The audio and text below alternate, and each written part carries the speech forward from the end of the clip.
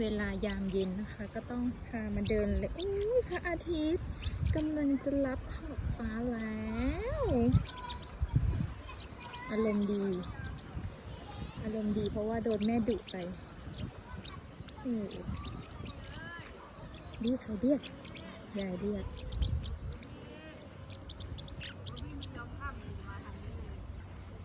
อันนี้ไปหายายไหมหายายไหม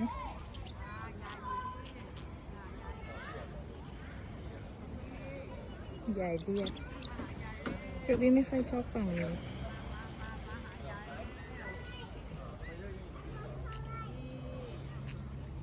เดี๋ยวนั่นเตรียมบินแล้ว